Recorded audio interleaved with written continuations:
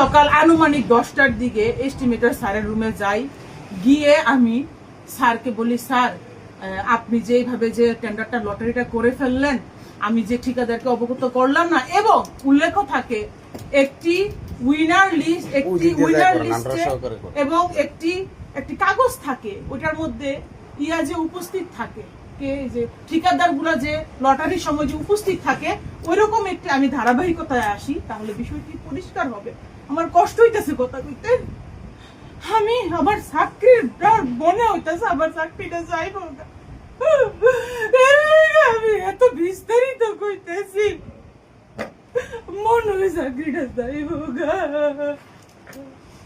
আমি কইলাম, স্যার আমার তো চাকরি যাইব গা, লটারির সময় কেডা কেডা উপস্থিত ছিল, এই কাগজ করলেন নাকি রে?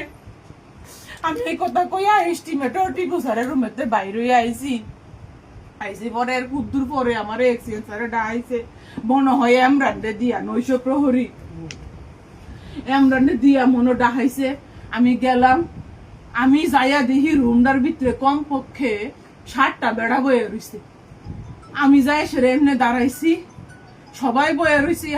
ইহানো অ্যাকাউন্টেন্টও আসিল রাসেল, আমার যতটুকু মনে পড়তেছে অ্যাকাউন্টেন্ট রাসেল আসিল, নির্বাহী প্রকৌশলী স্যার আসিল, আসগর আলী স্যার আসিল, তারপরে আর কেটা টিপু স্যার আসিল, এক্সিএন স্যারের সাথে পাশে বসা এক্সিএন স্যার ছিল, তারপরে অ্যাকাউন্টেন্ট সাহেব বসা ছিল, উনি আর আমি সেম ডেজিগনেশনের। আমি গেছি কথা বলতে, উনি বসা, আমি দাঁড়াই রয়েছি। তারপর আমি যাওয়ার পরে কয় কি, ফাঁকনামি করো, আমার উপরে দিয়া কথা কও, তোমার এই চার্জ করার ক্ষমতা কে দিছে? তুমি যে টিপু স্যারকে যে চার্জ করলা যে আমাকে উইনার লিস্ট দেন, আমি জীবনও উইনার লিস্ট চাইছি।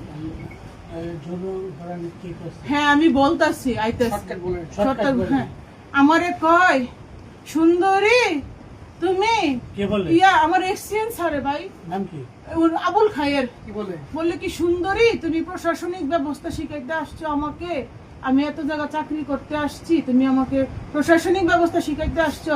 এই টিপু ওরে ধর। টিপু আমাকে এরকম ফিচ্ছা মুড়ে এরকম ভাবে ধরছে, আর এক্সিএন আমাকে এরকম ভাবে এখানে ধরছে, ওনার হাত আমার বুকে লাগছে, স্তনে লাগছে, আমার এখানে এড়াইয়া গেছে। আমি বাসার যাই সে আমি দেখছি কেন ধরছে আমাকে, নাকি আমি সুন্দরী, আমাকে নাকি বুঝাবে প্রশাসন কি উনি আমাকে বুঝাবে, আমাকে উনি হুমকি দেয়, প্রশাসনিকের কথা কইতে আইছো 1-2 তোমারে বদলি করে দেবো, এবং উনি তাই করছে। 6 ঘন্টার ভিতরে আমার কুমিল্লা থেকে পটুয়াখালী বদলি করছে। আমি একটা ডায়াবেটিসের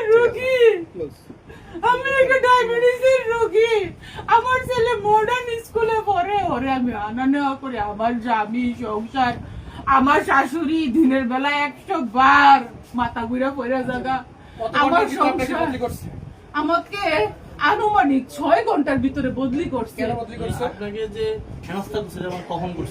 আমাকে 21 তারিখ সকাল আনুমানিক 10টার পরে ওনার রুমে যাওয়ার পরে আমাকে 21 তারিখ, আর এরপরে 6 ঘন্টার মধ্যে বদলি করেছে। জি, এরপরে 6 ঘন্টার মধ্যে বদলি করছে, এবং আমি মাথা ঘুরে ওখানে পড়ে গেছি একবার। পরে আমি উপায় বুদ্ধি না দেখে দেখতেছি এখানে সবাই নীরব দর্শক ভূমিকা পালন করতেছে, এই জন্য আমি উপায় বুদ্ধি না দেখে আমি স্থানীয় ঠিকাদারকে ফোন দেই, এবং আমি আমার নিরাপত্তার জন্য আমি আমার স্বামীকে কল দেই।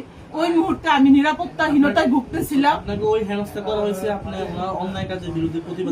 জি আমি অন্যায় কাজ। আর উনি আমার কাছে টাকা চায়। কত টাকা চায়? উনি আমার কাছে 5 লক্ষ টাকা চায়। কেন? উনি আমাকে বদলি ঠেকাই দিবে। আমি ওনার রুমে গেছিলাম, পরে আবার বলে স্যারের কাছে মাপটাপ চাইতাম, বলে স্যার যাই হইছে স্যার আমারই দোষ স্যার, আপনি যেহেতু কর্মকর্তা স্যার, আপনি স্যার আমার অভিভাবক স্যার, আমারই দোষ স্যার, আপনি আমার মাফ করে দেন স্যার আল্লাহর রস্তে।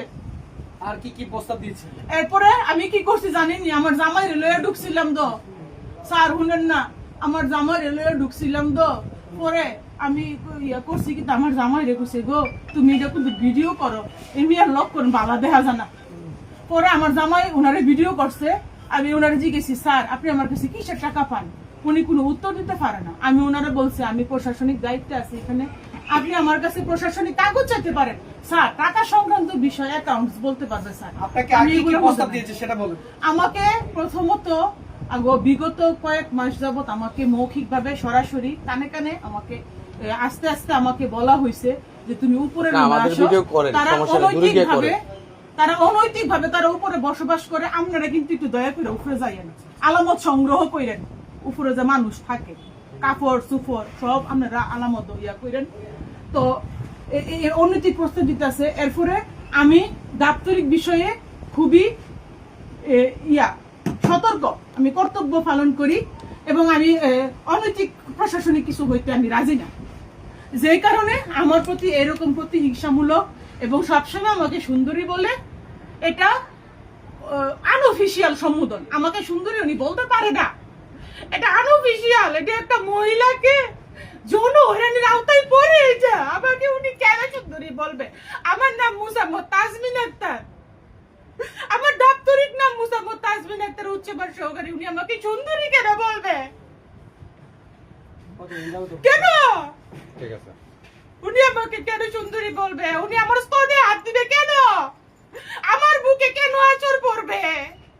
অফিস কর্তৃক কর্মকর্তা দ্বারা আমার বুকে কেন আঁচড় পড়বে?